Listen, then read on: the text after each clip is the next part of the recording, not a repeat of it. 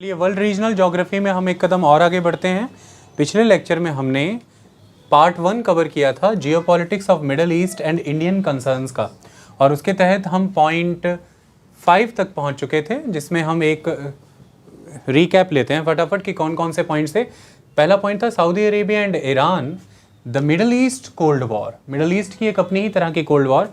हमने इसके कई पहलुओं पर कल बात की, बाकी पहलू आज मैं आगे के पॉइंट्स एक्सप्लेन करते हुए उजागर कर दूंगा। इसके बाद आता है global significance of oil competition in region. उसके बाद Syria becomes battlefield for international proxy war. उसके बाद the Islamic State defeated but not eliminated. Then foreign countries struggle to repatriate former Islamic State fighters. हम यहाँ तक कल cover कर चुके थे, आज हम आगे बढ़ रहे हैं। हम ये समझ चुके थे कि वर्ड जियोपॉलिटिक्स का मीनिंग क्या होता है, वर्ड स्ट्रेटेजिक का मीनिंग क्या होता है। हमने तमाम डायनामिक्स कल के लेक्चर में कवर किए हैं, जिन्हें मैं आज यूज़ करूंगा और नए समीकरण समझाऊंगा। तो क्या चले, पढ़े, मज़े लें। चलिए अच्छी बात है, लेते हैं। अगला पॉइंट ये था, backed by Iran Hezbollah exerts influence in Lebanon और सीरिया। तो हिजबुल्लाह बैकिंग लेता है ईरान की और प्रभाव डालता है लेबनान एंड सीरिया। इसको समझने के लिए अब कुछ समझिए। मैं वापस आता हूँ इस शब्द कोल्ड वॉर की तरफ। देखिए, हमने अब तक जिस कोल्ड वॉर का जिक्र सुना है वो यही सुनी थी कि 1945 में जब वर्ल्ड वार 2 ख़त्म हुआ तो उस समय में एक पावर स्ट्रगल दुनिया के लेवल पर स्टार्ट हुआ, और वो दो पावर के बीच में था। एक तरफ था यूएसए और सामने था यूएसएसआर। यूएसएसआर को लीड कर रहा था रशिया। तो मैं यहाँ रशिया लिखूँ तो आपके लिए इजी हो जाएगा। जहाँ यूएसए सपोर्ट कर रहा था किस आइडियोलॉजी को, दैट इज़ वो अपनी तरफ से ये कह रहा था कि वो डेमोक्रेसी को प्रमोट कर रहा है और इकोनॉमी के सेंस में कैपिटलिस्ट टेंडेंसी को सपोर्ट किया जा रहा था। वहीं दूसरी तरफ रशिया सोशलिज्म को सपोर्ट कर रहा था। इसकी वजह से हमने वहाँ पर ऑटोक्रेसी भी देखी। पूरी दुनिया की जितनी भी कंट्रीज़ हैं वो इनके साथ अटैच होती गई और दो ब्लॉक्स बन गए, the American block and the Russian block. Cold war का सीधा मतलब यहाँ पर ये था, इस शब्द का सीधा मतलब ये था कि ये दोनों मुल्क कभी भी डायरेक्टली एक दूसरे के अगेंस्ट एंगेज नहीं हुए। शीत युद्ध ये इसलिए कहलाता है कि ये कभी भी डायरेक्टली एंगेज नहीं हुए, इनमें खुद डायरेक्ट पिच्ड बैटल फाइट नहीं हुई, ऐसी सीधे युद्ध नहीं हुआ। इन दोनों ने पूरे दुनिया की अलग अलग कंट्रीज़ को वॉर थिएटर बनाया, यानी कि इन्होंने अपने सपोर्टर्स क्रिएट किए और उन सपोर्टर्स के बीच में लड़ाई हुई। जैसे उदाहरण के तौर पर वियतनाम में चले जाएं अगर आप, साउथ ईस्ट एशिया में the country is the Vietnam. तो वियतनाम का एक हिस्सा the north Vietnam and the south Vietnam. North Vietnam supported by the communist block, that is the Russia, and the south Vietnam supported by the American block. तो शक्तियां दो लड़ रही हैं, नॉर्थ वियतनाम और साउथ वियतनाम। वहीं पर दो पॉलिटिकल विचारधाराएं लड़ रही हैं, उनके बीच में हो सकता है गृह युद्ध चल रहा हो सकता है आप प्रोपेगेंडा कर रहे हो। तो ये कोल्ड वॉर के दौरान कई तरह के टूल्स इस्तेमाल में होते थे। जैसे आप दूसरे मुल्क में अपने स्पाइज को एंगेज करके सरकारें गिरा देते थे और सेना वहाँ पर चुनी हुई सरकारों का या फिर राजशाही घरानों का तख्ता पलट कर देती थी। इसे कू कहते हैं। तो आप कू करवा देते थे अपने एजेंट्स की मदद से, यानी कि एजेंट्स वहाँ पर जो भी लोग पावर को कंटेंड करना चाहते हैं उनकी सपोर्ट कर देते थे, आपको राइट इन्फॉर्मेशन दे देते थे कि अगर इस धड़े की मदद कर दें तो ये सरकार गिर जाएगी। तो एजेंट सिस्टम बहुत स्ट्रांग हुआ कोल्ड वॉर के दौरान। देखिए, पिच्ड बैटल नहीं हो रही बट स्पाई वॉर चल रही है कि नहीं। दूसरी चीज़, जो लीडर्स हैं दूसरी कंट्रीज़ के, उनको डिफेम कर देना, उनकी सीक्रेट्स, उनकी इंटेलिजेंसेस गैदर करना, लीक करना, और वो धीरे धीरे खुद ही नष्ट होते रहते थे, मरते रहते थे। कोई फंदा लगा लेते थे, कोई कुछ कर लेते थे। इस तरह से इन जो दुनिया भर की उस समय की इंटेलिजेंस एजेंसीज थी उन्होंने बड़ी भूमिका निभाई। जैसे CIA हुआ करता था USA का, ऐसे ही मोसाद हुआ करता था इजराइल का, ऐसे ही KGB हुआ करता था रशिया का। अलग अलग इंटेलिजेंस एजेंसी ने बड़ी भूमिका निभाई। ये स्पाई वॉर का दौर हुआ। आज की वेब सीरीज़ में वही सब आपको देखने को मिलता है। द स्पाई वर्ल्ड आप देखते हैं, नेटफ्लिक्स पर ये आती रहती हैं। ओके, दूसरी तरफ आपने मीडिया में प्रोपेगेंडा करना और लोगों को उनकी जो उस समय की सरकार है उसके विरोध में खड़ा करना, कमियां ढूंढना उस सरकार में और उन कमियों को उजागर करके लोगों के अंदर एक असंतोष लेकर के आना, एक डिससेटिस्फैक्शन, डिसएंचेंटमेंट लेके आना सरकार के प्रति। जो भी धड़े आपके समर्थन में हैं उनको सपोर्ट करना, उनको ट्रेनिंग देना, उनको वेपन्स देना, अपनी आर्मी की इनडायरेक्ट सपोर्ट देना, उनको फंडिंग देना, ये सारी चीज़ें देने का आप काम करते थे। तो कोल्ड वॉर में तकरीबन ये सारी चीज़ें होती रहती हैं। उन कंट्रीज़ में मिलिशिया ग्रुप्स क्रिएट करना और उन मिलिशियाज़ की फिर खुद सपोर्ट करना, लेकिन आप सीधे पिच्ड बैटल फाइट नहीं कर रहे। ऐसा पूरी दुनिया में हुआ। कोरिया के अंदर north Korea supported by the communist block, China Russia, south Korea supported by the American block. आज दिन तक यही सिचुएशन है, यही वहाँ पर हुआ। Same situation happened in Afghanistan, यही चीज़ अफगानिस्तान में हुई। Same in the Cuba supported by the communist bloc, the Russian bloc and the surrounding countries. Cuba के आसपास के जो आइलैंड्स हैं supported by the American bloc, that is the capitalist bloc. Same thing happened in the Venezuela, same happened in the Colombia, in the South American continent. पूरी दुनिया में आप चले जाएं, आपको ये नज़र आ रहा था कि हर दुनिया के हर मुल्क के अंदर एक सरकार है, या तो उसकी इंक्लिनेशन कैपिटलिस्ट टेंडेंसी की तरफ होगी प्रो अमेरिका, या उसकी इंक्लिनेशन सोशलिस्ट टेंडेंसी की होगी प्रो रशिया। तो जो भी सरकार हो उसके विरोधी किसी ना किसी एक खेमे को ज्वाइन कर लेते थे। फॉर एग्जांपल, अगर प्रो सोशलिस्ट गवर्नमेंट है तो जो उससे असंतुष्ट लोग हैं वो विरोधी खेमे में चले जाते थे, लेकिन वो अमेरिकन ब्लॉक को ज्वाइन करेंगे, सब्सक्राइब करेंगे, और फिर अमेरिका उनकी मदद करेगा। उसके लिए कुछ भी किया जाए, चाहे सेना की सपोर्ट करके तख्ता पलट कराया जाए, चाहे प्रोपेगेंडास किया जाए, चाहे उस व्यक्ति को इनफेमस बना दिया जाए, डिफेम कर दिया जाए, चाहे वहाँ पर दुनिया भर में ये चीज़ें हुई कि चाहे वहाँ पर स्मगलिंग होने दी जाए, ड्रग्स फैलने दी जाए, समाज कमज़ोर कर दिया जाए, ऐसी बहुत सी चीज़ें। और यही कारण है कि इन कोल्ड वॉर्स के दौरान जब सरकारें धड़ाधड़ गिरती थी, कोई स्टेट रह नहीं जाता था, गवर्नमेंट्स रह नहीं जाती थी, लंबा युद्ध चलते थे, केओस होता था, लंबी सिविल वॉर्स। इस दौरान आते हैं वैक्यूम्स, और जब वैक्यूम्स आते हैं तो उनको फिल करने के लिए आते हैं इलेजिटिमेट लीडर्स, जो किसी वैधानिक तरीके से चुने गए नहीं होते हैं। उनके पास पावर होती है और वो अपनी पावर से अपने फॉलोअर, अपने सपोर्टर्स को रेजोल्यूशंस प्रोवाइड करते हैं, लाइवलीहुड प्रोवाइड करते हैं और एक होप देते हैं कि वो उन्हें बचाए रखेंगे। इसी तरह से दुनिया भर में आप देखें, चाहे यूएसए में खुद देखें, साउथ अमेरिकन कॉन्टिनेंट में देखें, अफ्रीका में देखें, तमाम तरह के स्मगलर्स बड़े लीडर बन करके उभरे। चाहे कोई आइवरी की स्मगलिंग कर रहा है, चाहे कोई कोकोआ का ट्रेड कर रहा है, चाहे कोई डायमंड्स की स्मगलिंग कर रहा है, चाहे कोई ड्रग्स की स्मगलिंग कर रहा है, कोकेन की स्मगलिंग हो रही है, चाहे कोई चरस, गांजा, marijuana, कुछ भी आप कर रहे हैं, दुनिया भर में ये चीज़ें हुई। तो ये वैक्यूम फिर फिल करने के लिए आते हैं डिफरेंट मिलिशियाज़, और वो मिलिशियाज़ जनता पर अच्छा होल्ड बनाने लग जाते हैं। वो स्किल्ड फाइटर्स क्रिएट करते हैं अपनी बैकिंग में, और फिर दुनिया के अलग अलग ब्लॉक्स अपनी सत्ता वहाँ जमाने के लिए उन मिलिशियाज़ को हायर करती है, उनको सपोर्ट करती है, उनको फंडिंग देती है। ये होता है जब एक पावर वैक्यूम क्रिएट होता है, यानी कि ट्रांजिशन फेज़, जब एक सरकार को डिसलॉज किया जाएगा और दूसरी बनने में अभी समय है, और बन के स्टेबल होने में समय है। हो सकता है जैसे ही दूसरी बने वो भी डिसलॉज कर दी जाए। इसमें ये वैक्यूम्स क्रिएट होते हैं। तो जैसा ये कोल्ड वॉर का दौर वहाँ पर देखने को मिला, एक ऐसी सी सिमिलर सिचुएशन आपको इस वेस्ट एशियन रीजन में भी देखने को मिलती है, द कोल्ड वॉर। और इस कोल्ड वॉर में मेन कंटेंडर्स कौन हैं? The Iran and the Saudi Arabia. हमने जैसा डिस्कस किया, सऊदी अरेबिया। क्यों मैं इसे कोल्ड वॉर कह रहा हूँ, आप ये देखेंगे कि ये डायरेक्टली कभी एंगेज नहीं होंगे आपस में युद्ध में, इनके बीच में पिच्ड बैटल होती नहीं दिखती, ये डायरेक्टली एंगेज नहीं होते, लेकिन हर जगह पर आपको ये नज़र आएगा कि ये एक दूसरे से लड़ रहे हैं, लेकिन कोल्ड वॉर के सेंस में। वो किस तरह से, आप ऑब्ज़र्व करिए कि जब हम बात लेबनान की करते हैं, लेबनान की, तो ईरान के द्वारा सपोर्टेड वहाँ पर जो ग्रुप है वो हिजबुल्लाह है, एक मिलिशिया ग्रुप वहाँ पर काम कर रहा है। जब हम बात करेंगे ईरान के द्वारा सपोर्टेड, जब हम बात करेंगे यमन की, वहाँ पर जो ग्रुप है that is Houthi, the Houthi group, the Houthi people, इनको सपोर्ट की जा रही है। जब हम बात करेंगे इज़राइल के अंदर, इज़राइल के लेफ्ट साइड पर जब हम बात पैलेस्तीन के गाज़ा स्ट्रिप की करेंगे, द गाज़ा स्ट्रिप, तो वहां पर आपको नजर आ रहा है द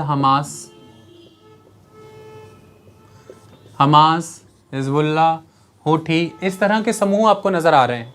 जब आप बात करेंगे लीबिया की, मोरक्को की, टूनीशिया की, इजिप्ट की, सीरिया की, यमन की, बहरीन की, इन तमाम मुल्कों में आपको ये नज़र आएगा कि दो खेमे बनेंगे।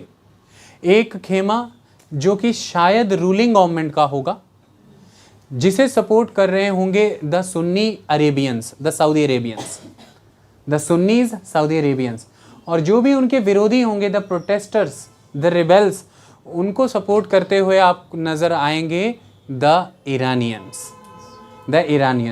मेजॉरली 2011 की अरब स्प्रिंग के दौरान यही हुआ। नॉर्थ अफ्रीका पूरा का पूरा अगर हम देखें, it is the Arab empire.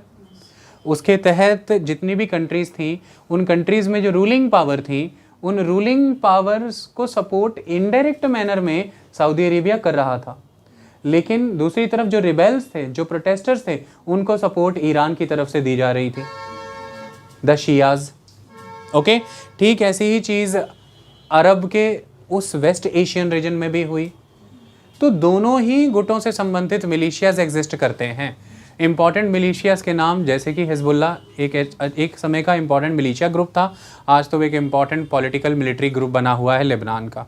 जैसे अल कायदा, ये भी एक मिलिशिया ग्रुप के रूप में एग्जिस्ट करता है।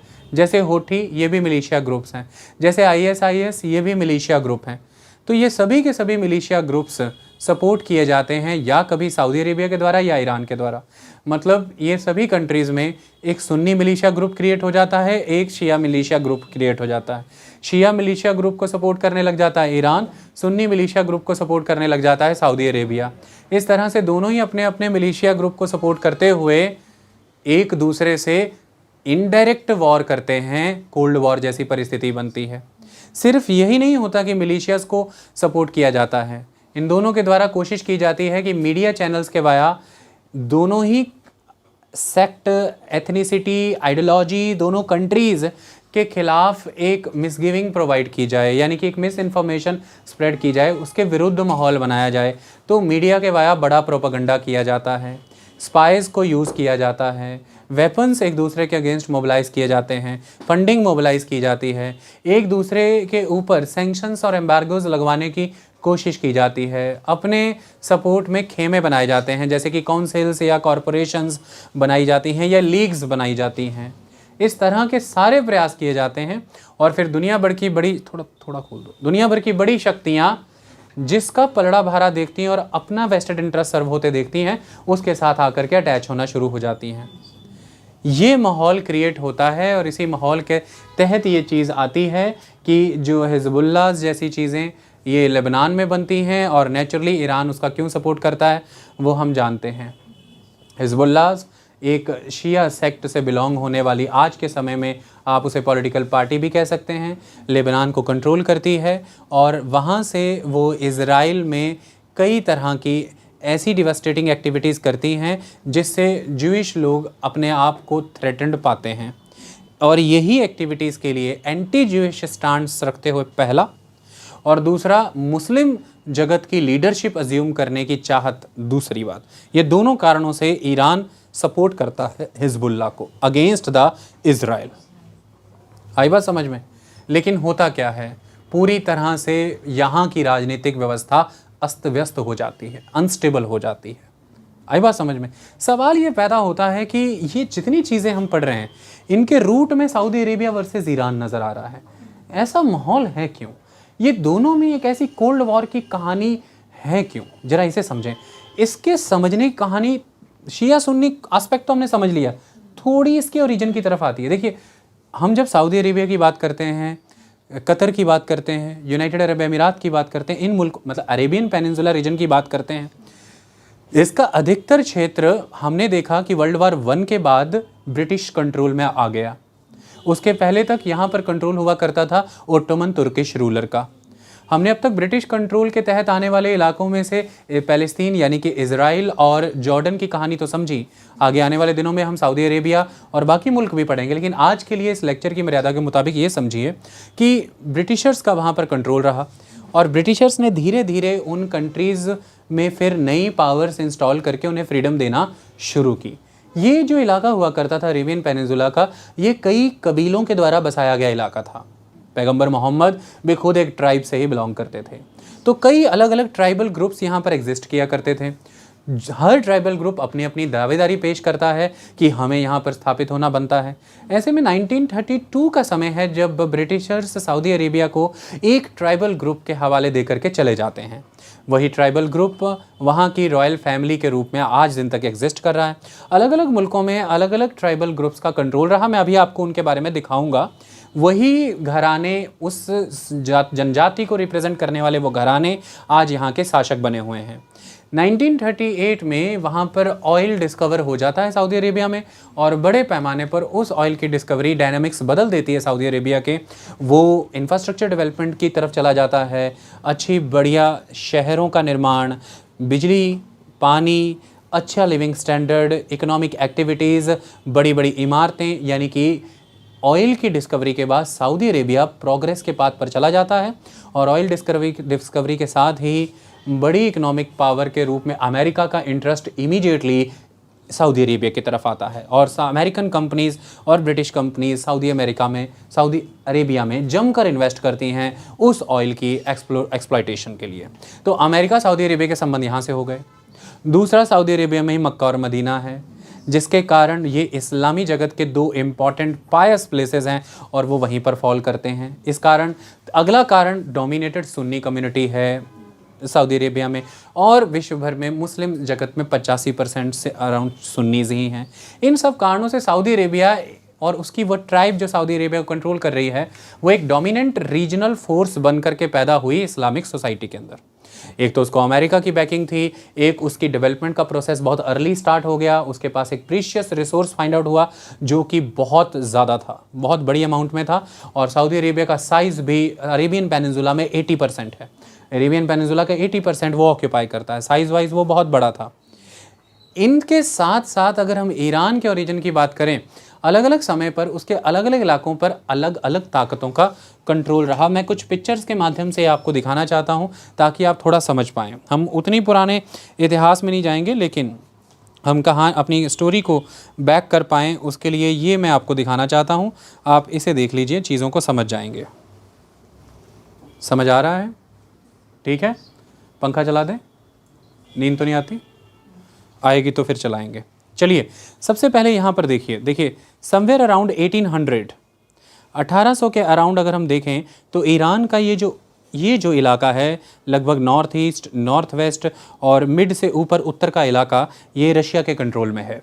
लेकिन वहीं दूसरी तरफ अगर आप ये देखें तो अच्छा जी, लीव, तो ये जो है दिस इज़ गल्फ ऑफ अमान, ये गल्फ ऑफ अमान, ये स्ट्रेट ऑफ हॉर्मूज़, इसका ये जो इलाका है नीचे का ये ब्रिटिशर्स के कंट्रोल में है समवेयर अराउंड 1907। तो लगभग 1800 की सदी के दौरान यह इस क्षेत्र में इस क्षेत्र में रशिया है और लगभग 1900 के अराउंड यहाँ पर ब्रिटिशर्स हैं।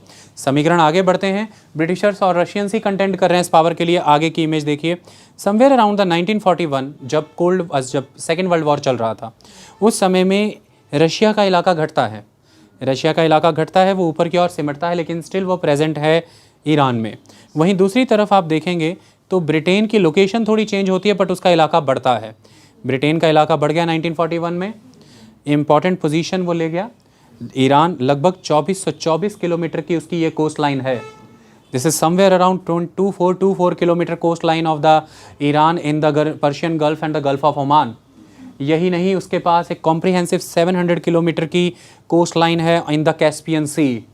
लगभग 700 किलोमीटर से ज़्यादा coast line. Caspian sea the important mineral rich area, one of the oldest mineral rich region of the world, and the another mineral rich region that is the gulf of Persia, the gulf of Oman, somewhere around 2424 kilometre की coast line वहाँ पर होना।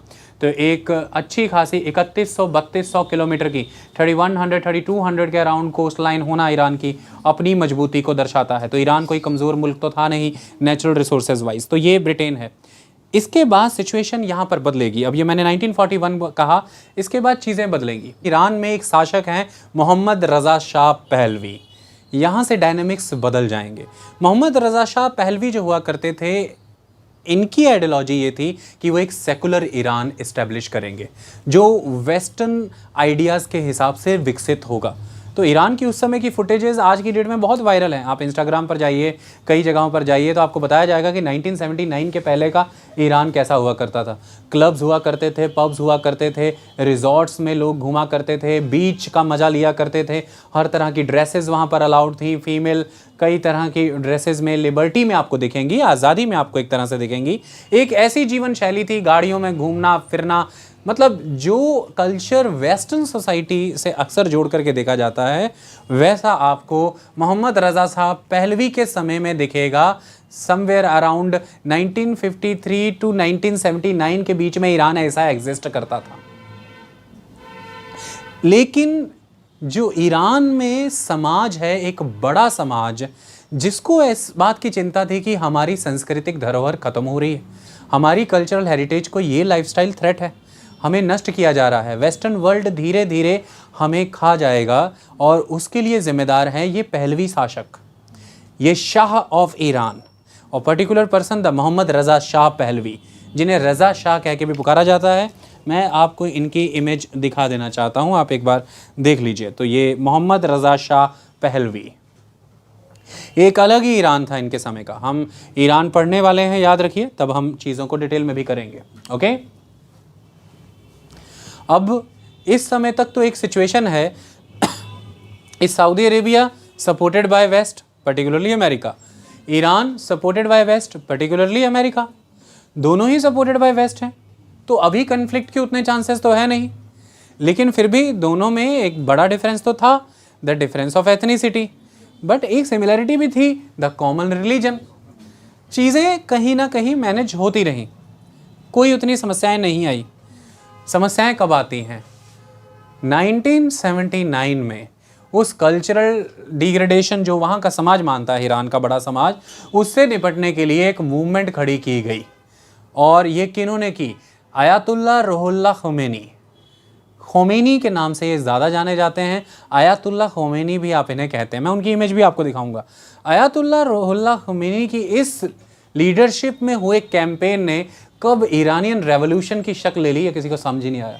1979 Iranian revolution से जाना जाता है, और इस समय में पहलवी शासकों को उखाड़ फेंका गया, मोहम्मद रज़ा शाह निकाल दिए गए, ओस्ट कर दिए गए, और ईरान को नए वायदे दिए गए कि आज से हम नए नियमों से चलेंगे जो कि मुस्लिम ज्यूरिस्प्रूडेंस फॉलो करेगा। तो आज से जो ये नया स्टेट बनेगा, द रिपब्लिक ऑफ ईरान, ये इस्लामिक ज्यूरिस्प्रूडेंस सिस्टम के हिसाब से चलेगा, और वैसा ही लाइफस्टाइल, वही नियम कानून वहाँ पर रहेंगे, जिसका एक नतीजा आप देख सकते हैं। अभी रिसेंटली मॉरल पुलिसिंग के द्वारा एक महिला को हिजाब और बुर्का पहनने के लिए जब इंसिस्ट किया गया, तो उसके विरोध में एक कैंपेन लंबा वहाँ पर चल रहा है।